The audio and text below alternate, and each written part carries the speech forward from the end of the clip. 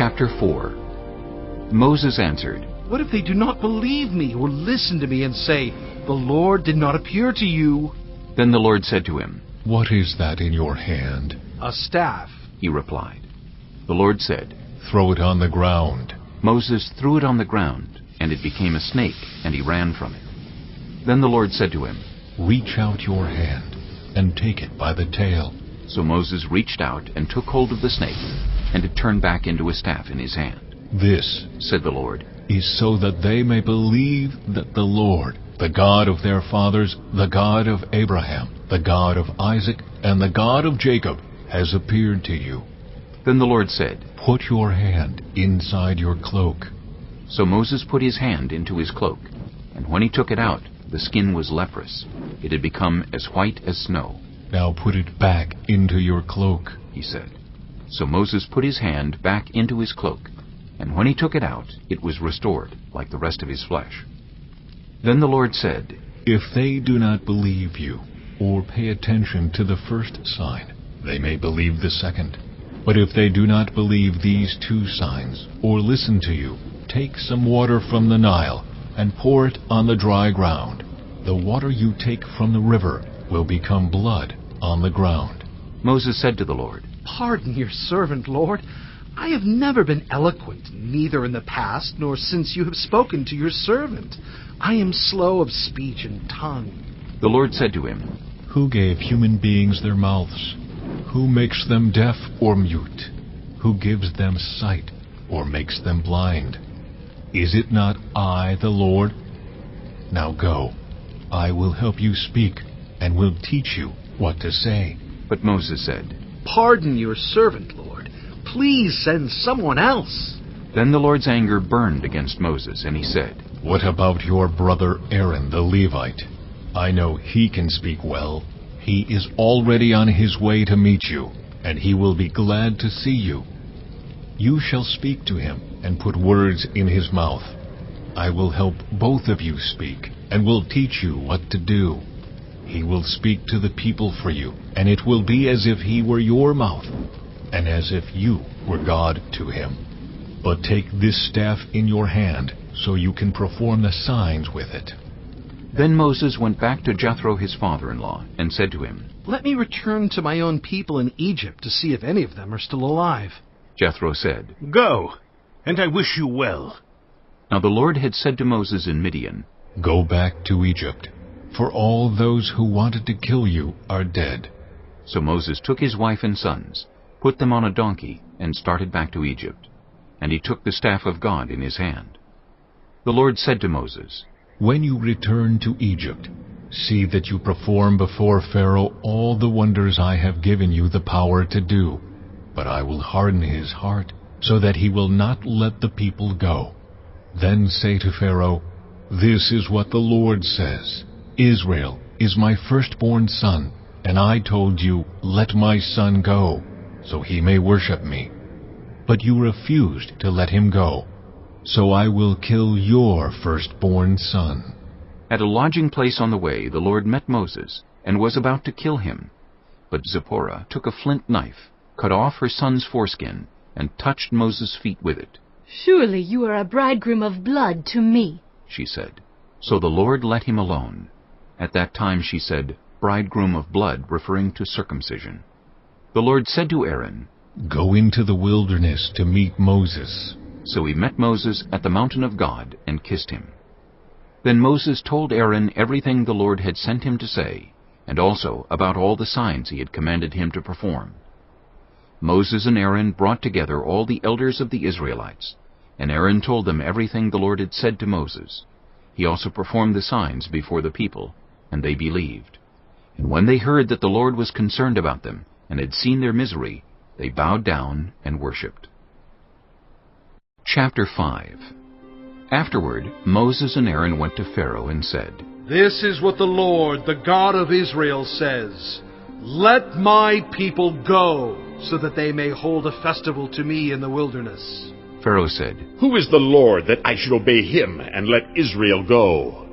I do not know the Lord, and I will not let Israel go. Then they said, The God of the Hebrews has met with us, Now let us take a 3-day journey into the wilderness to offer sacrifices to the Lord our God, or he may strike us with plagues or with the sword. But the king of Egypt said, Moses and Aaron, why are you taking the people away from their labor? Get back to your work. Then Pharaoh said, Look, the people of the land are now numerous, and you are stopping them from working. That same day Pharaoh gave this order to the slave drivers and overseers in charge of the people. You are no longer to supply the people with straw for making bricks. Let them go and gather their own straw. But require them to make the same number of bricks as before. Don't reduce the quota. They are lazy. That is why they are crying out, Let us go and sacrifice to our God. Make the work harder for the people, so that they keep working and pay no attention to lies. Then the slave drivers and the overseers went out and said to the people, This is what Pharaoh says. I will not give you any more straw. Go and get your own straw wherever you can find it, but your work will not be reduced at all. So the people scattered all over Egypt to gather stubble to use for straw. The slave drivers kept pressing them, saying, Complete the work required of you for each day, just as when you had straw. And Pharaoh's slave drivers beat the Israelite overseers they had appointed, demanding, Why haven't you met your quota of bricks yesterday or today, as before? Then the Israelite overseers went and appealed to Pharaoh. Why have you treated your servants this way? Your servants are given no straw, yet we are told, Make bricks! Your servants are being beaten, but the fault is with your own people. Pharaoh said, Lazy, that's what you are, lazy. That is why you keep saying, Let us go and sacrifice to the Lord. Now get to work. You will not be given any straw, yet you must produce your full quota of bricks. The Israelite overseers realized they were in trouble when they were told, You are not to reduce the number of bricks required of you for each day. When they left Pharaoh, they found Moses and Aaron waiting to meet them, and they said, May the Lord look on you and judge you. You have made us obnoxious to Pharaoh and his officials, and have put a sword in their hand to kill us. Moses returned to the Lord and said, Why, Lord, why have you brought trouble on this people? Is this why you sent me?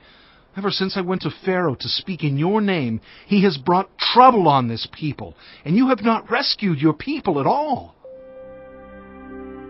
Chapter 6. Then the Lord said to Moses, Now you will see what I will do to Pharaoh. Because of my mighty hand, he will let them go. Because of my mighty hand, he will drive them out of his country. God also said to Moses, I am the Lord. I appeared to Abraham, to Isaac, and to Jacob as God Almighty. But by my name the Lord I did not make myself fully known to them. I also established my covenant with them, to give them the land of Canaan, where they resided as foreigners. Moreover, I have heard the groaning of the Israelites, whom the Egyptians are enslaving, and I have remembered my covenant. Therefore, say to the Israelites, I am the Lord, and I will bring you out from under the yoke of the Egyptians. I will free you from being slaves to them, and I will redeem you with an outstretched arm and with mighty acts of judgment. I will take you as my own people, and I will be your God. Then you will know that I am the Lord your God, who brought you out from under the yoke of the Egyptians. And I will bring you to the land I swore with uplifted hand to give to Abraham, to Isaac, and to Jacob. I will give it to you as a possession. I am the Lord. Moses reported this to the Israelites, but they did not listen to him because of their discouragement and harsh labor. Then the Lord said to Moses, Go tell Pharaoh, king of Egypt, to let the Israelites go out of his country. But Moses said to the Lord, If the Israelites will not listen to me, why would Pharaoh listen to me, since I speak with faltering lips? Now the Lord spoke to Moses and Aaron about the Israelites and Pharaoh, king of Egypt, and he commanded them to bring the Israelites out of Egypt. These were the heads of their families. The sons of Reuben, the firstborn son of Israel, were Hanok and Palu, Hezron and Carmi. These were the clans of Reuben. The sons of Simeon were Jemuel, Jamin, Ohad, Jachin, Zohar, and Shaul, the son of a Canaanite woman. These were the clans of Simeon.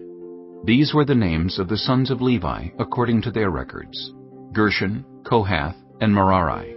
Levi lived 137 years.